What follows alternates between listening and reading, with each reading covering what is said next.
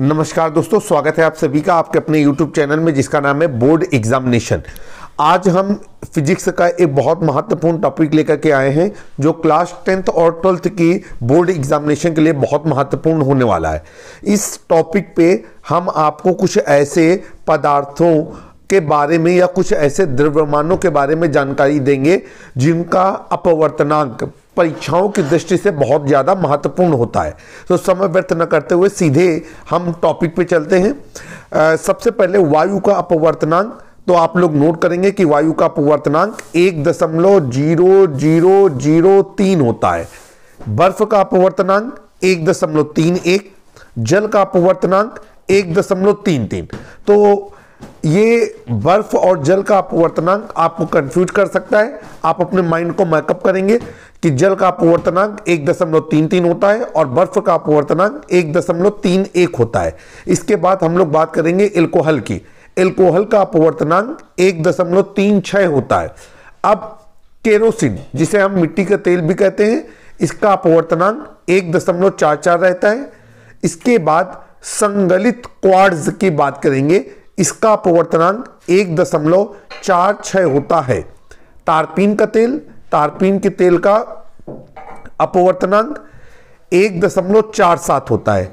Benzene, benzene का अपवर्तनांक 1.50 होता है। क्राउन कांच, इसका अपवर्तनांक 1.52 होता है। सबसे पहले आप अपने दिमाग में ये याद रखेंगे कि ये जो कुछ भी अपवर्तनांक आपको दिए गए हैं ये निरपेक्ष अपवर्तनांक कह करके बोले जाते हैं।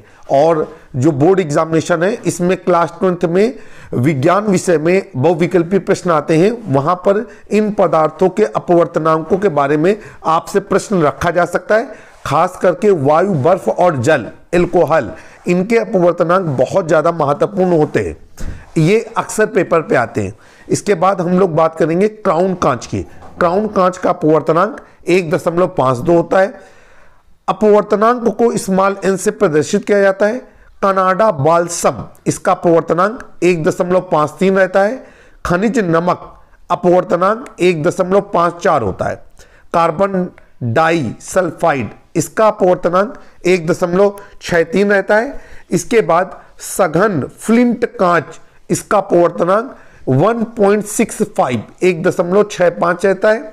रूबी, जिसे हम माणिक्य भी कहते हैं, इसका अपवर्तनांक 1.71 होता है। नीलम, इसका अपवर्तनांक 1.77 होता है। हीरा, हीरे का अपवर्तनांक 2.42 होता है।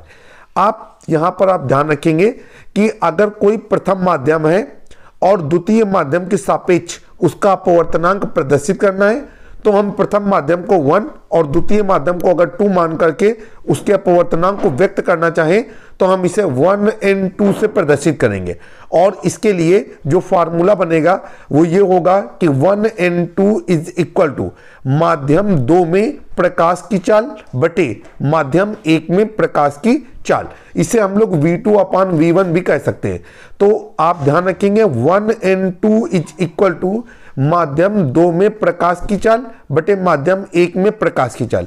माध्यम 2 का मतलब है द्वितीय माध्यम और माध्यम 1 का मतलब है प्रथम माध्यम। आशा है कि आपको ये छोटा सा PDF काफी पसंद आया होगा और आपके बोर्ड एग्जामिनेशन के लिए ये बहुत ही महत्वपूर्ण होने वाला है। ऐसे ही रोचक वीडियो के लिए और 1 नंबर और अति लघुत्तरीय प्रश्नों के संकलन के लिए हमारे YouTube चैनल के अन्य वीडियो को जरूर देखें। जल्द ही हमारा एक मोबाइल एप्लीकेशन भी लॉन्च होने वाला है जिसमें आप एक्सपर्ट राय, सिलेबस, मॉडल पेपर और बहुत सारी चीजों की जानकारी एक जगह पे प्राप्त कर सकेंगे। जल्द ही एक नए वीडियो में फिर से मुलाकात होगी। तब तक के लिए जय हिंद, जय भारत।